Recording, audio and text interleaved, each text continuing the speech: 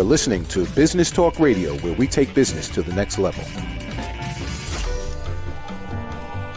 Rapping with Dr. Jacalyn connects you with experts from all over the world to help you take charge of your career, your business, and your life. Rap along with us. Visit drjacalyn.com to learn how to become a guest or a sponsor. And now, the doctor is in.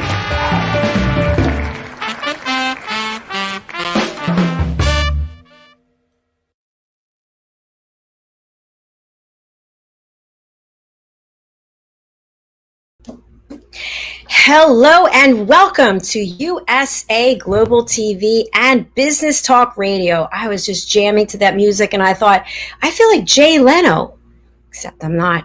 Anyway, I'm so excited that you are here. This show it's all about dating. I get so pumped up about this, even though I have literally no dates and haven't had them for over a year, but that doesn't mean that there's not hope. We have an amazing show for you today, a phenomenal co-host, and an incredible guest. And before I bring them out, I just want you to think about sometime when you might have been on a date, or maybe you're in a relationship, you're talking to someone and you have something really important to share, and you look at them and you say, "Oh, hello, I'm sorry, but are you listening to me? I'm trying to tell you something." And as they look through their phone or they're watching TV or whatever it is, you realize that they are not hearing anything you have to say. Well, I have something to help you with that. I am starting my Power of Listening online seminar. It's 90 minutes of power learning with me. September 16th. My team is over in the UK, so they put the $ after the 47. That's all right. It's only $47. We have an early bird special right now, and we have 3 options. Why should you consider taking this? And by the way, I recommend taking it with somebody that you care about, somebody you're in a relationship with, and you're really trying to have the best relationship you can have, and you just need some help on effective communication strategies and the differences between hearing and listening. I'm going to give you all the tips that you need. So please do go over to my Instagram, and you can sign up there on Linktree. All right, without further ado, let's bring out the wonderful, the beautiful, the well-connected, the star of Clubhouse. It's Lori Mendelsohn. Hello, how are you? Hello. It took us so long to get that, but we've got that now, right? How are you doing today? You look fabulous, by the way. Thank you, Dr. Jacalyn. Happy to be here as always. Everything is wonderful, and happy to meet our guest. We have been doing Clubhouse rooms together, and we talk every week and we contribute every week in Dr. Renee Mudry's The Emotion Club room. And this is our first time of actually meeting each other. So I'm so excited about seeing her in person and interviewing her and listening to her story and her tips, tricks, and lead press-on nails.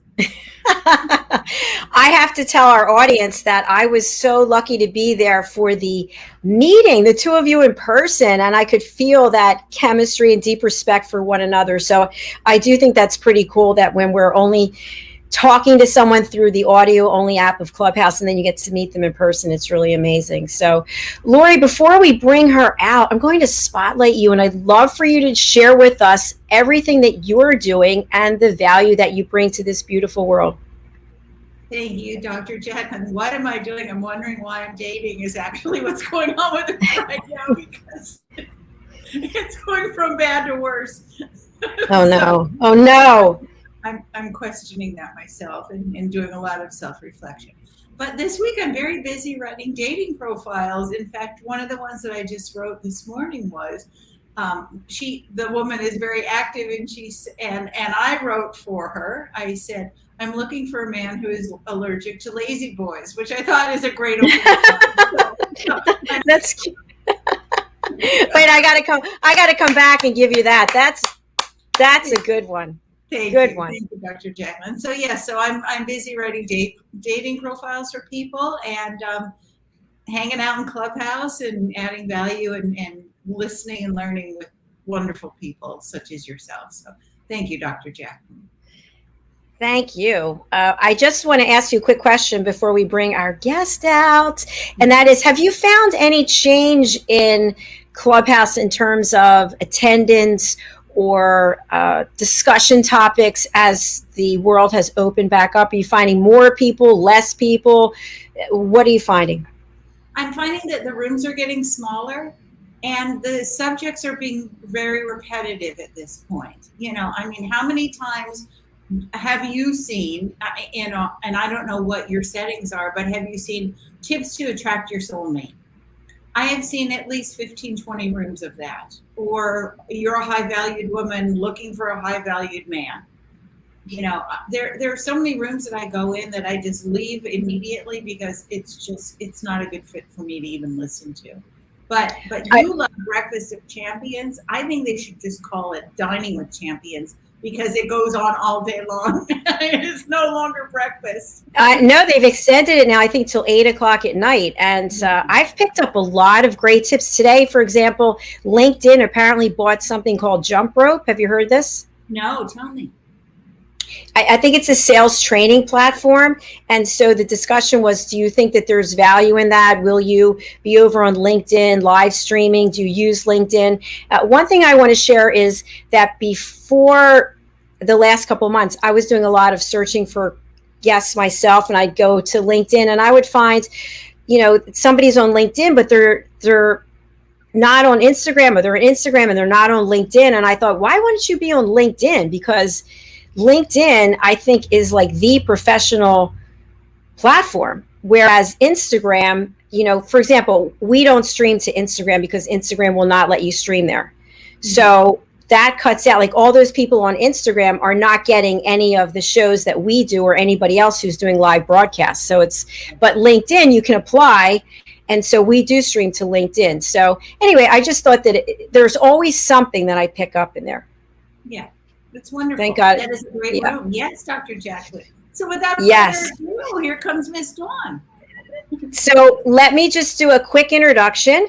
Our guest is the queen of intimacy, restorative love coach, launching a new course in September, Addicted to Love. 5 secrets to stop self-sacrifice and take back your power. Let us welcome Dawn Rishárd from Chicago. Hi, Dawn. Hello, Dr. Jacalyn and Lori. I'm so happy to be here with you. When Lori asked me last week, I was like, yes, I don't even need to think about it. I love these kind of conversations. And I love Lori because we've been on Clubhouse for a while now. So I'm so happy to meet you and be here with both of you. Well, thank you so much. I'm so happy to meet you. And backstage, we were having so much fun, weren't we? I was like, we're going to have to tone it down. Dance party. We were just having, and I think that says a lot when you can connect with people right away who doesn't want to have fun in their life and enjoy themselves? I don't know, celibate and sober. That's right. That book deal has been canceled. There were no... Not by choice, by the way. But anyway, Dawn, I want to have you share with our audience, when we think about intimacy, right? Some people just don't want to talk about it. It's like, ooh, taboo. We can't talk about that. But you're the queen of intimacy. So I'm going to spotlight you. Talk a little bit more about that, if you would. And then we'll get into your background. Yeah. Intimacy is into me see. And I said before we started this, I said, it's not just about sex. Most people think, ooh, intimacy, taboo, don't talk about it. But intimacy is really being transparent about who you are, what's inside your head, what's inside your heart, what's inside your spirit and your soul. And how you express yourself in all aspects, including your physicality, including your sexuality. So intimacy encompasses a lot. And one of the favorite phrases that I use is true intimacy is when you show up naked and unashamed, both inside and outside the bedroom. Wow, I love that. But what if you show up naked and afraid? Well, many people do that, actually. I know. I love that show. I wish it would come back on. I love it. It's just amazing.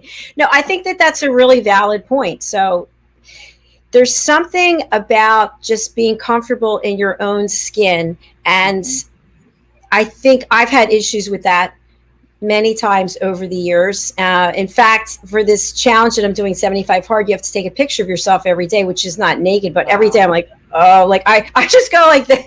Okay, there you go. I don't, so, but we're pretty hard on ourselves, aren't we? That's the thing. Like when you're with your girlfriends, nobody would say, "Oh, you're too fat," or "Oh, you're too this," or "Oh, you're not enough this," but we do that to ourselves. And I think it's because we have had such narrow parameters of what it is to be beautiful or sexy or, enough. From the fashion industry, from the beauty industry, it's like, you're too old, you're not tall enough, you're not thin enough, you're this, you're that. And so many of us, and also because people have been traumatized growing up and told they were not enough. So we tend to hide and pretend. And so this is what intimacy, and this is what the work that I do is to help people come to this place of love and acceptance for all of who they are.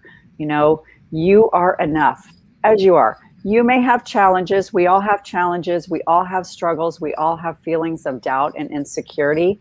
That's part of our humanity. But the core of us is perfect, whole, and complete. And when you're a kid, I think that you don't even think about that. You just show up in all your glory. You run, you jump, you're silly. And then we get all of these social conditionings of, oh, don't do that, or, oh, don't behave that way. And so we start to tone ourselves down instead of really like expressing what's inside of us. So intimacy is really about uncovering those layers of conditioning and limiting beliefs and really coming back to this place of, you know what? I'm pretty amazing, just as I am, and all my messiness. I love that, how you brought up when we're children, how we just run and play, we don't care, and then all of a sudden somebody says, don't do that, stop doing that, don't you know you look like this? And then we all change. Right. Yeah. But that to me, that's based on other people's own insecurities. If we would allow people to just be free to express, of course, in healthy and constructive ways, then we would just say, you do you be you, as opposed to, this is who I think you should be. Mm-hmm. Good point. Dawn, can we discuss how to get there? Clearly it isn't something that we can just like snap our fingers and say, oh, okay, I'm ready, I'm comfortable. And how, this could be a discussion that we have. How does one get there? What's that Beatles song? The long and winding road. Dun, dun, dun, dun. Because that's what it is. I don't think that we're ever done, and it's not from point A to point B. I think so many times in our society, we think in terms of goal-oriented, A to B, it's a direct line. But if you look in nature, how many straight lines are there? Anybody? None. I mean, none. I mean, there's usually like a little bit of a curve. There's some, circular motion. There's this sort of like waves in a tree trunk. And so, and in mountaintops, it's not a straight shot. And so if we would look at our lives and accept our lives, that we are on this journey, it's not this destination from point A to point B, but it's this journey of self-discovery. And that's really what intimacy is. Into me, I see. I start observing the things that I'm feeling. I start observing what I'm thinking and the messages that I'm telling myself. And I say, is this helping me reach toward where I am intending to go? Is this helping inspire me? Is this helping me feel more of a sense of joy and peace and happiness and satisfaction in my life, or not? And so when you become that observer of yourself, then you can continually redirect. It's not you're not on the wrong path. You didn't make a bad choice. It's, where do I want to go? You know, like, I have also been in the airline industry, and so many pilots say, you know, 1 degree, that 1 degree trajectory degree changes the whole course of your journey. And so it's, you know, we all have the power of choice on, you know, where do we want to direct ourselves? Beautiful. I love that. And I love that example about the 1 degree, because 1 degree, you end up somewhere totally different, right? Exactly. So if you don't like where you're going, shift. You may end up in Rome. Exactly. Your favorite place.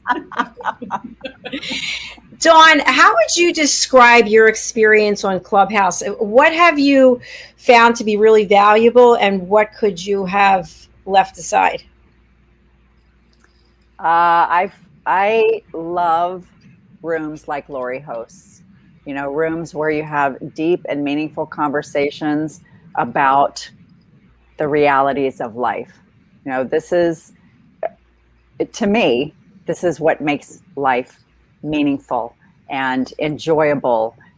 When we create this sense of connection, when we create a sense of community, you know, communion and community, like we normalize our struggles, as opposed to some of the rooms, I think, on Clubhouse are full of a lot of egos, which, you know, healthy ego depends on, you know, what you're doing and how you need to show up. But I really, really appreciate people who come to these rooms like Lori hosts, that we can talk about, you know, how you can overcome a struggle, how you don't feel so alone. You know, what things can you do in order to help yourself deal with the normal struggles and challenges in life, in your relationships, in business. So I feel like, you know, there's this real shift in not looking at competition, not looking at, you know, hierarchical structures, but really creating a sense of collaborative communities where people help uplift and support each other and encourage each other. I know when I was struggling in my own marriage and my divorce, I didn't have a group of people that I could go and talk to about this stuff. I mean, I had friends, you know, and I had my parents who were supportive, but people who are experience the same thing, or people who are, you know, a few steps ahead of where I was. And so that's one of the things that I really appreciate about Clubhouse, is that you do have people in all, you know, in all steps of their pathway. No one better, no one worse, and we're all just trying to uplift each other. So it's a beautiful, beautiful community when you participate. Thank you for sharing that. And obviously, Lori Mendelsohn is doing such a great job over there, because she attracts wonderful people like you. Yeah, she's a beautiful soul for sure. Lori, we love you. Lori doesn't take compliments very well, obviously. Well, we've got to work on that, Lori. Come on. Just say thank you so much. I really appreciate it. Thank you, Lori. Thank you so much. I really appreciate it. But here's what you get. Yes, and we're going to take a commercial break. We're going to hear from 2 different sponsors. The first one is Ashley Owens, and she is relocating somewhere that might be of interest. We'll listen to her first, and then we're going to find out about Body on Fire. So take a look, and we'll be right back.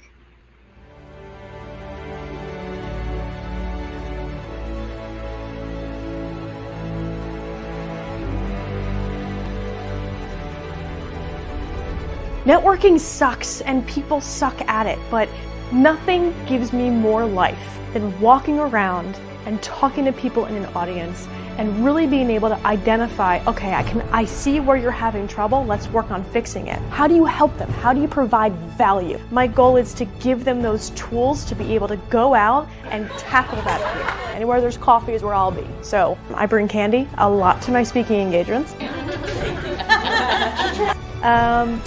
Like, of course that makes sense. I'm a little unconventional. Ashley was very knowledgeable. Very entertaining. I learned a few new things, and to me that's the key. What do you want them to say?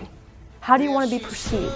You're going to get the most direct, tactical tips and practical takeaways when it comes to networking. These two here are super important. You'll remember once the conversation starts. I love the tips that she gave out. I hate networking with a passion, so I feel like I can go to a meeting or event and not feel so uncomfortable. When you're going to a presentation, you want to be educated.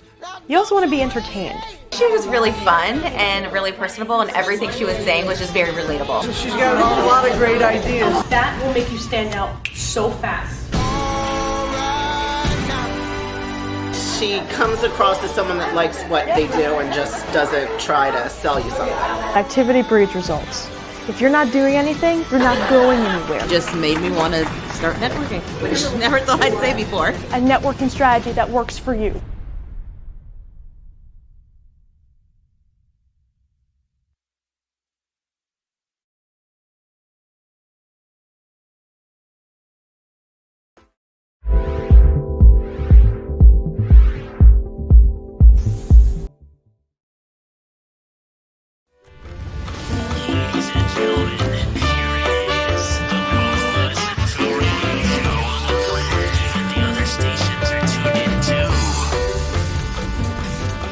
You're listening to Business Talk Radio, where we take business to the next level.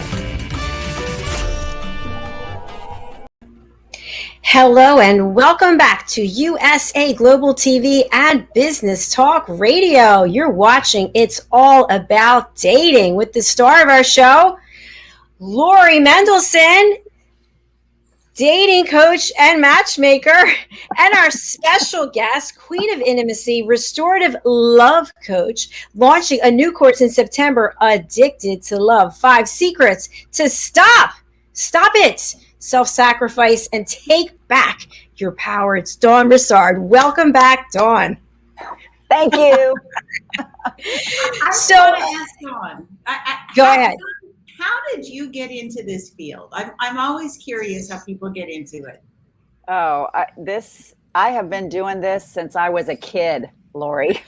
Seriously, I was the one in 3rd grade that people would say, "What should I do about my boyfriend?" So all through high school, and I came through it honestly because my mom, she was a high school teacher, and she was actually more a therapist as well. And so I've always been around this kind of conversation. My parents just celebrated their 58th anniversary. They did a lot of work on their own marriage, and they are still a great example for me. And so I'm a dancer. And so I thought, I want to go get my master's degree in exercise physiology because I'm concerned about, health and well-being. And then it was like, no, you know what? I really need to be a therapist because I'm concerned about emotional well-being, psychological well-being, spiritual, physical, sexual well-being. So this is how I went back to school. I got my master's degree. I became a licensed professional counselor. My background is marriage and family systems because my perspective is that we are a system. I am a system. You are a system. Because how you were brought up, how you were raised, how you were treated, what you learned about love, what you learned about relationship, what you learned about a sense of safety and trust and security.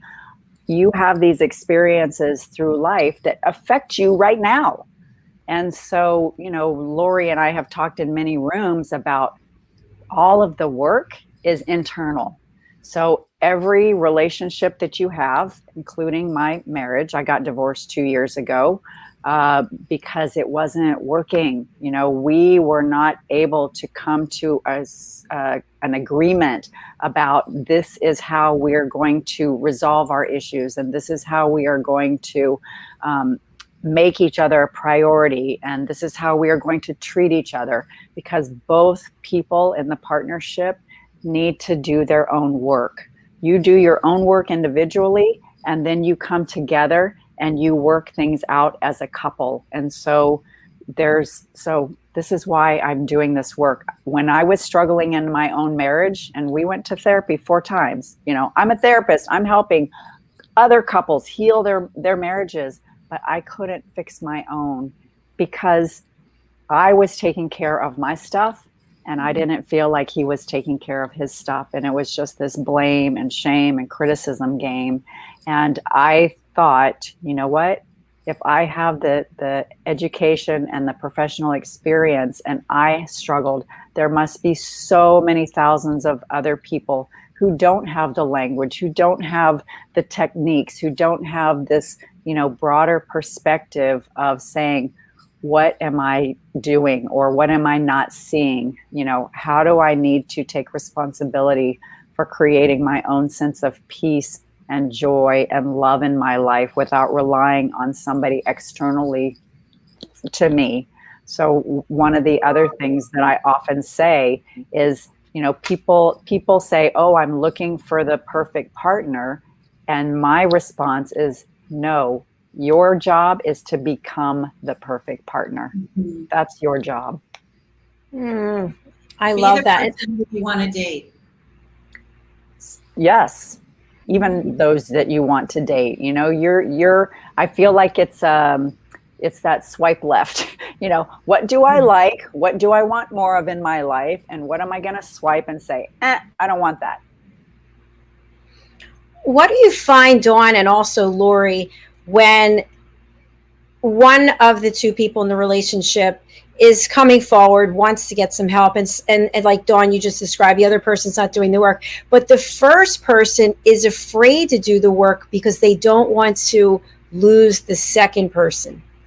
Do you follow what I'm saying? Like they know there's a problem, right? Mm-hmm. But they know when they do the work, they're going to have the blinders off and they're going to have to take action that they don't really want to take. Lori, do you want to answer that? Yeah, go. Okay. Yes. I mean, this is part of the challenge, because whenever you start speaking up for yourself, you're making changes in yourself. And so that naturally causes a shift in the dynamics of the relationship. And so, yes, there are always risks of your partner saying, I'm out, I don't want to do this, or I'm not interested in a change of the status quo, shift of the status quo. But so many people live their lives in status quo. And they just say, oh, well, this is just how it's going to be. And, this was something that I struggled with in my own marriage. I said, can I live in my relationship like this, even though it's unfulfilling and dissatisfying to me?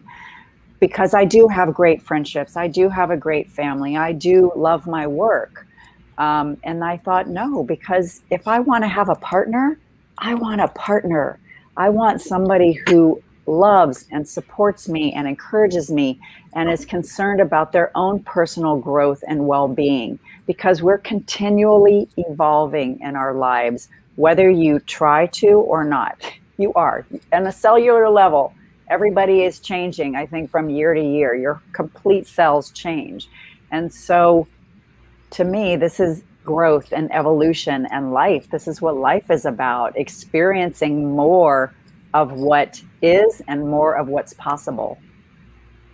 Great answer. I love that. Yeah, I agree. Lori, do you want to chime in and ask an answer? I'm sorry. Yeah.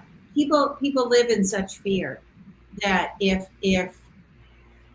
I do the work and he doesn't or she doesn't, I may have to change. And change to many is scary.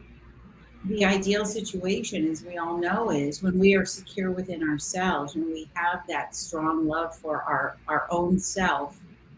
It hurts, I'm not going to say that ending a relationship, changing it, leaving, whatever it is easy. It is not at all. It's gut-wrenching. But when you're secure in who you are, what you know, what you feel, what you think, what you need, it sure gets a hell of a lot easier. Well said. Well said. And you know what? Like this 75 hard that I'm doing, right? This challenge, this is not easy. And I don't have to do it. I'm choosing to do it because I want to go to the next level of me. I want to level up. And I think if you look at that in relationships, it's, are you really being your authentic, true self? Are you playing some role? Are you showing up small? how are you acting in your own relationship based on how you feel about yourself or how you feel about the connection you do or don't have with the other person?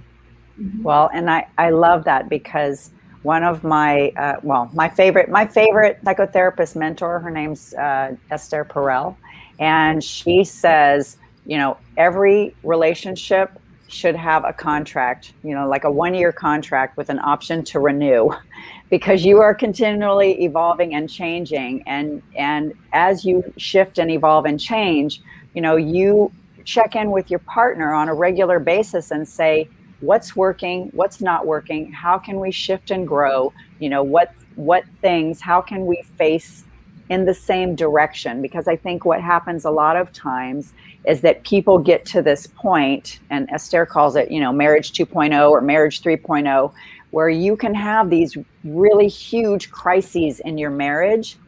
And if the two of you work together, you work on your own stuff individually, and then you come together and work things out as a couple, you can create a new version of what you had before. Because most people don't want to go back. I don't want to go back to when I was 20. It's like, I want to move forward in my life and I want to create something better. And so as long as the two of you are facing in the same direction, then that's what, I'm growing and evolving and you're growing and evolving, and then we're going to grow and evolve as a couple. Or not, choice. Yeah. Very good. Great answer. I'd like to move into the 5 secrets. The 5 secrets. To Dawn. I can't tell you. They're a secret. Do we have to buy a book or go to a seminar, or what do we have to do to find them out? No, I'm creating a course because this is something that I talk to so many women, and this is a common theme. I've sacrificed my job. I've sacrificed my interests. I've sacrificed my wants and needs and wishes and pleasure and desire and dreams, hopes and dreams, in order to accommodate and stay connected with my partner, or stay connected with my friends or my business or my family. And so many times we're not doing what honors us. We're not doing what honors us. We have been conditioned to find our value in serving other people. So, this is social conditioning, familial, cultural, religious conditioning. We serve others. And I'm not saying that you shouldn't serve other people out of a giving heart, because this is part of our community. What gifts and talents can I contribute to society? But when you are saying yes, when you want to say no, when you are biting your tongue, when you really want to say something, when you are allowing people to treat you in a certain way, when you would really like to set up boundaries and a barrier, sort of a protective barrier around you, these are the things that I want to talk about, because so many women experience this in their relationships. They sacrifice a lot of who they are in order to maintain that sense of connection. And I believe, based on, my parents as a great example, and I do know a few other couples, healthy couples, it's like you both have this sense of freedom and independence, for your own person. And then you have this interdependence. So it's this fine balance of freedom to be who I am and to have my thoughts and to speak my truth and to feel what I feel. And so do you. And so as a partnership or in any kind of relationship, you should never have to sacrifice who you are. You should be allowed. You should give yourself permission to be who you are. And if that threatens the foundation of the relationship, then what does that mean? So you're telling me you're only going to accept me if I am not who I am, if I'm not honoring who I am. So to me, it's really about valuing and honoring who you are and what is meaningful to you.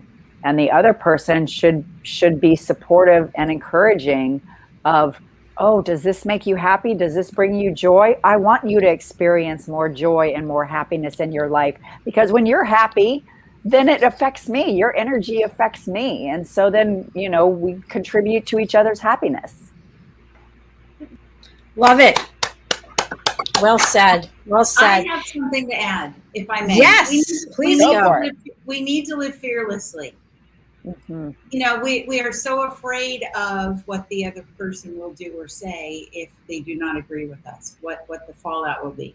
But I think it's so important in the beginning of a relationship to set it up where you can be in that position. Don't you think, Dawn, that you are living your complete truth, that you are setting healthy boundaries, that you are stating what you want and what you need, and honoring the other person as well. And then this third entity, which we call the relationship, you nurture that together. Exactly. I mean, there was my former husband and I used to have this disagreement all the time. And he would say, well, you disagree with me, therefore you don't respect me. And I said, my disagreeing with you has nothing to do with my respect for you. My disagreeing with you means that I'm a different person than you, and I have a different perspective. I have a different opinion. I have different thoughts about the matter, and neither one is right or wrong. They're just different. So why can't we just accept each other's differences? And my parents say many times we agree to disagree. That's it. Right. Unless there's a safety issue, unless there's a value issue, it's just, I love and accept you, and I appreciate your perspective, and I see things differently. That's it.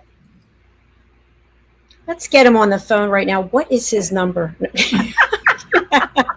Oh, I'm sure he might have some disagreements about what I've said. No, Dawn, I was thinking as you were talking, I have been in a number of relationships over the years, and I've always been a career person. I've always been someone who worked out and a little crazy in those two regards. And I'd be in this relationship with somebody for 6 months, a year. You work too much. You work out too much. Like, hello, this is who I am. I showed you who I am, and now you don't like me. That's happened many times. And I think that's kind of made me a little skittish to even entertain the thought of getting into a relationship, because it's always like I have to change who I am. No, I'm not changing. No. And I hope the older we get, the more wise we get. And we say, I spent my whole life trying to change for everybody else. And so I want to be celebrated for who I am, not judged for who I am not. And so I think that's the foundation of a good relationship. It's like, we have our differences, and the things, this is the other thing, the things that usually we're attracted to at the beginning. Oh my gosh, she works really hard. Oh wow, she takes care of her, she takes care of herself. She's healthy and, vibrant. And then that starts to threaten the other person in some way. It's like, but you're not paying enough attention to me, or, you focus too much on that, and I wish you would, And so there are these conversations that we should be having, in these relationships, where maybe it's not the criticism that's the point. It's the point is, you know what? I'd really love to spend some more time with you. Can we figure out a way that we can do that? So I'm not negating your need, your desire to go work really hard. I'm not negating your need to take care of yourself. I'm just saying, where can I also be a priority in your life? Mm-hmm. Mm-hmm. Yes. Beautiful. Dawn, I needed you a couple years ago. Darn it. Well, this has been so much fun. There she is. And the time has just flown by, and oh my gosh. Wow. I know. We've got another show right after this. So I'm going to spotlight you again, Dawn. Please let us know who you can help and how people can reach you. I can help anybody. I primarily focus on women ages 35 to about 55. People that are in struggling relationships, women that have decided to get divorced and they don't know how to exit. They don't have an exit strategy. and women who are divorced and still carrying a lot of the stress and trauma of their relationships.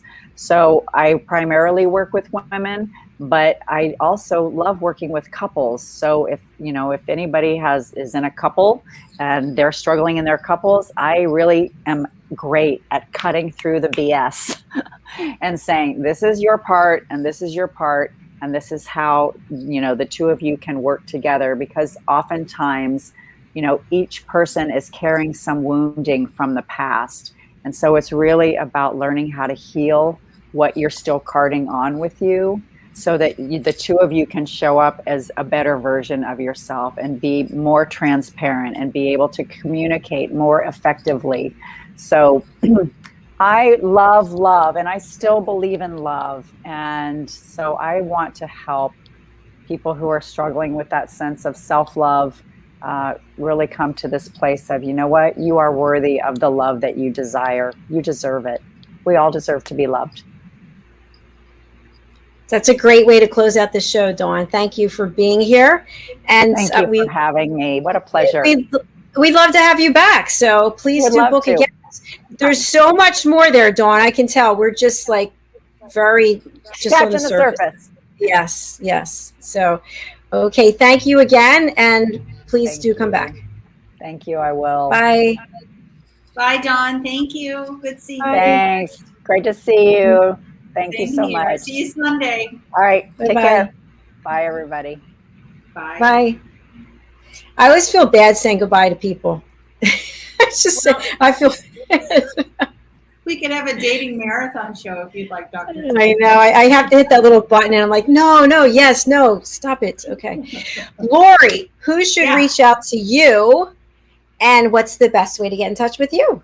The best way to reach me is to go to my website, which is smartfunnysingle.com. Anyone who is single, who needs a dating profile rewritten, who needs dating coaching, like Dawn, I specialize in people. Actually, where Dawn leaves off, I start. So she stops around 55, and I start about 50 to 70, people who have been in long-term relationships. So I help people learn how to date again, because it's a whole new ball game now. It's a whole new world. All right. Thank you, Lori. I love how the two of you work together. You're like the dynamic duo. So thank you, Dr. Jacalyn. Great seeing you. Mwah. Bye. Mwah. Bye. Oh, thank you, everyone. Please do stay tuned for our next show. I'm so excited. It's our 100th episode of A Better You, lessons from the best coaches, consultants, and trusted advisors. We started the A Better You platform in February. We have experts from all over the world who come on 7 shows a week, and they present 15-minute lesson about how to make us better personally or professionally. If you'd like to join our team, please email me. See if I can find my banner, Jacalyn@drjacalyn.com.